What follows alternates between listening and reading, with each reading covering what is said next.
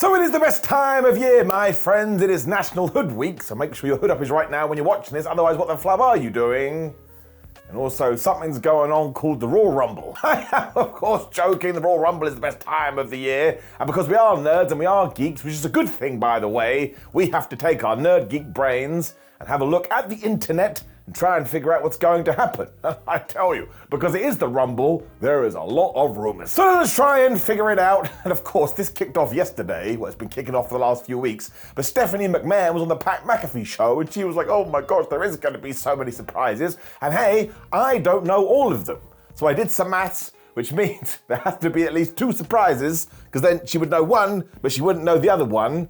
So actually, when you do break that down, it's not that exciting at all. However, we shall start with the Women's Rumble, because my gosh, there are so many names out there. So we need to try and figure out if it's going to happen, or if it's a bunch of baloney. If AJ Lee is in this Royal Rumble, it would be one of the best comebacks ever. I mean, ironically, it would be very similar to CM Punk. You'd be like, how the hell did this happen? I never thought we'd get here. But I'm such a fan of AJ Lee, I'm almost like throwing it out of my head and throwing it out the window because I don't want to be disappointed. Therefore, on the Miller expectomometer, which is not a thing and sounds absolutely ridiculous, I'm giving it a 5 out of 10. That way, I can't be too sad in my tum-tum. If it does happen, I can do the dance of joy. Jordynne Grace is another one that is surely more of a lock. Although, bless Jordan, she went on the internet and she actually posted flight details. She's like, I'm going to be in Atlanta. It's my mother's birthday. Now, of course, flights do exist, so she could easily come back from Atlanta to be in the Royal Rumble. I'm going to give this an 8 out of 10. I just think it's the best way to re-debut her. And hey, she can be a part of one of the side quests, where maybe she goes after the US title or she goes after the Intercontinental title. Then she can build and she can go right to the top. In fact, one day Jordynne Grace is absolutely going to be the women's champion. Very conveniently as well, Nikki Bella recently has been like, oh, hi, I'd love to go back to WWE. And once again, I think the Royal Rumble would be the best time to bring her back. Also, that family has been through hell throughout 2024, so it'd just be nice if she was able to get back into the fold. I'm going to give this one an 8 out of 10. Something just feels right. When I shall go with my first 10 out of 10, because I think Becky Lynch is 100% coming back at the Royal Rumble, which is a dumb thing to say because I have no idea why am I leaving no room for a margin of error. But this is why I think we did announce Charlotte Flair, because either Charlotte Flair was going to be the surprise and we announced Becky, or vice versa. And yes, I would have Charlotte at number 1 and Becky at number 2. But whatever you do, it doesn't matter. I don't think she's going to win the Royal Rumble, but I do think she's going to have a great showing. It'll just be nice to have the man back. Trish Stratus has all of a sudden gathered steam recently as well. If you do frequent the internet, and I wouldn't bother if I were you, these are everywhere. And I actually think that's a good use of a legend, because her last run was brilliant. And if you can find a spot for her at WrestleMania, people will be excited. I feel confident about this. 8 out of 10. Jade Cargill is also really high with a whopping 9 out of 10. Sounds like there's any statement of fact in that. It's just me making it up. But once again, all good Royal Rumbles have good side quests and good subplots, so she should get in there and punch Naomi right in the face while shouting, you tried to kill me with a car. Then Bianca Belair can get involved in that too. Maybe they all just go and eliminate each other. But this is also a nice callback, right? Because Jade Cargill debuted in the 2024 Royal Rumble. She did get injured, and now she's back. Tied together. Mandy Rose all of a sudden has snuck in as well, although this is mostly because she got annoyed at another wrestler saying words. I mean, what do I know? Nothing, but I would say probably don't do that, it never goes well for you. But yes, I do get it, this could be intentional, we're planting the seeds. But I'm going to whack a 3 out of 10 on it. At the moment, I just can't see it. Roxanne Perez comes in with a whopping 9 out of 10, although is this really a surprise? It feels like it is time, and I think she should throw out Bayley, or Bayley should throw out her, and this should be the feud all the way to WrestleMania. Can't remember if I said it now, because I'm just so excited, but it is getting a 9 out of 10. I would bet my house that Roxy is in the Royal Rumble, which again is so damn stupid. Where am I going to live? Oscar is also getting a 10 out of 10. I mean, we're not ready. Nobody is. We're told this all of the time. But it sounds like she has healed. So yes, put her in the Royal Rumble. And just to repeat myself, give her a good subplot, give her a good side quest, give her a big old match for WrestleMania. As we end with a very, very tough one, which is Alexa Bliss. Because again, you can walk both paths with this. The left path is all these rumors about her contract negotiations falling through. Could be a ruse, or it could actually be 100% legit. Now Alexa is tied into this as well, because she posted a picture on social media basically saying, I'm not coming back for a while. I mean, it's more ambiguous because of that. I'm whacking an 8 out of 10 on it. Now listen, I like being worked, is the whole point of wrestling, but I can only go with my intuition. It's not a word, I made it up, my intuition, that will do. No idea what I'm talking about. And I kind of think the hood is being pulled over our eyes, which is cool. It would just mean she would get a big old pop, and I just would like to see her come back. And if she doesn't, I'd rather she was happy and healthy than anything else. But I've drawn a line in the sand. Now we find out. Of course, there's more to keep an eye on as well, and that's which way is the wind blowing when it comes to the winner. And it's what we predicted ages ago. Again, it's all out there. Sounds like the favourite is Charlotte Flair. I think we should keep this really simple as well and have her come back as a mega heel. When she does win the Royal Rumble, she challenges Tiffany Stratton. She beats Tiffany at WrestleMania, but by the end of the year, Tiffany has beaten her more, and we can all walk away going, wow, Tiffany Stratton is now a mega babyface. Charlotte, thank you very much. So that is just nice and easy good wrestling. When we take a step over here, now it's time to look at the men's. Because Joe Hendry is a 10 out of 10 for me, and I actually think you can see all the cogs working on the screen. That's why we held off so long, making him the TNA World Champion, because now he's got a little bit of momentum back, and when he walks down the aisle, probably at number 30, the commentators can go, oh my gosh, it's TNA World Champion Joe Hendry. It's just an easy layup, so we should absolutely do it. Which brings us to Matt Cardona. Now, this is getting a 5 out of 10, because honestly, like Natalie and Brulia, I am torn. Because on one side, I absolutely would love him to be in it. I think he's worked so damn hard over the last few years that getting that kind of reward would be awesome.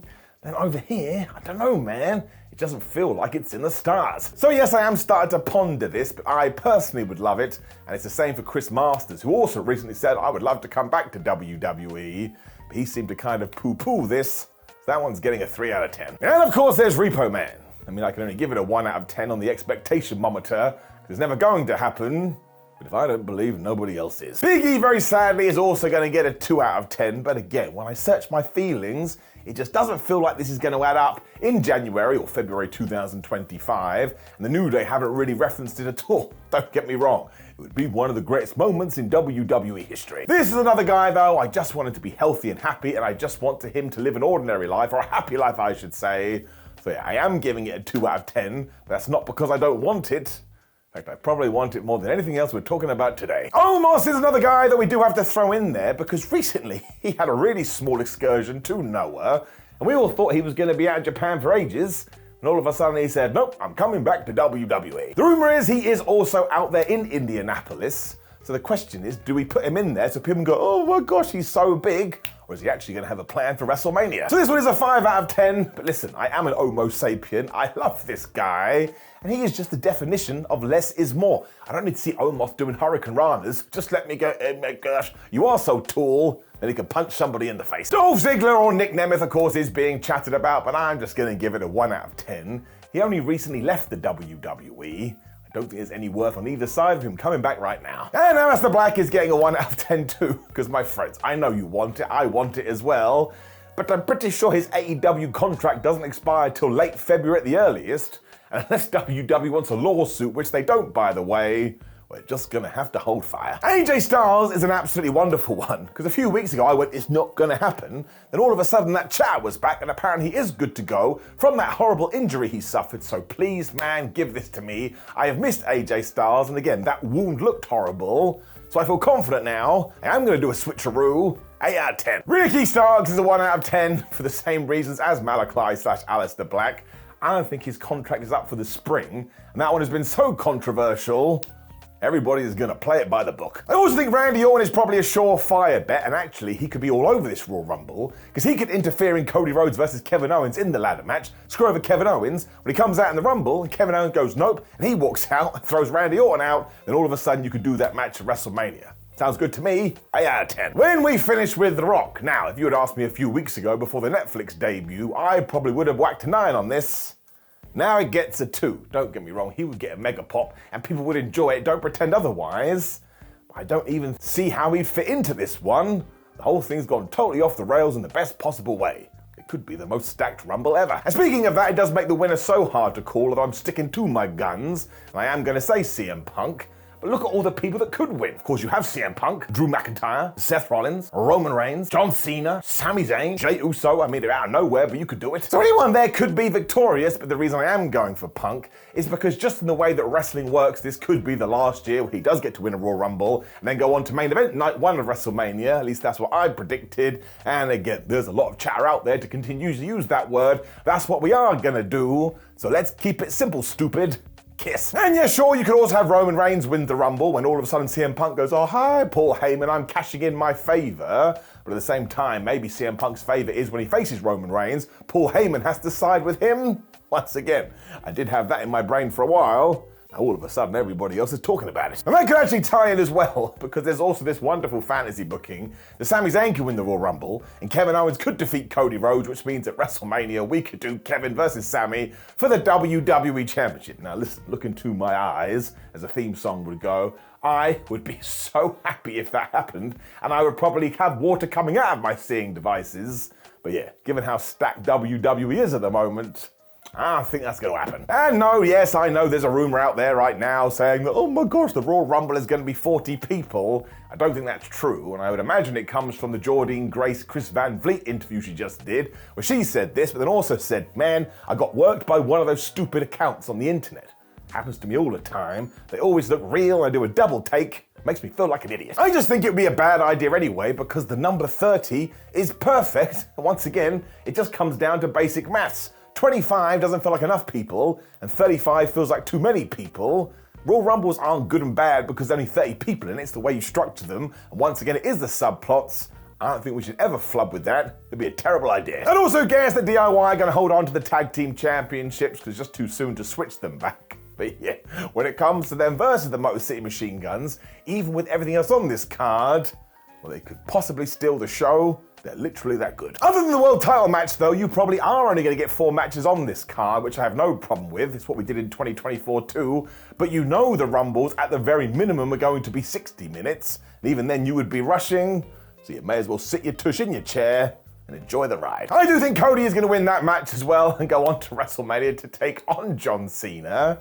And honestly, when you take a step back and think about it, you cannot get a bigger main event. So there you go, my friends. Now listen, I'm sure you've heard other rumors too, so make sure you drop me a comment below. If you like the video, share it and subscribe. There's an ups and downs. I'm Monday Night Raw on the screen right now. Get all of my thoughts on the show before the Royal Rumble. Of course, I'll be back on Sunday morning to talk about the Royal Rumble, so come and join me then too. But otherwise, enjoy it, my friends. It genuinely is the best time of the year. Go CM Punk, or anyone really. Even if Jey Uso, well, I'll be so damn happy. Let's go.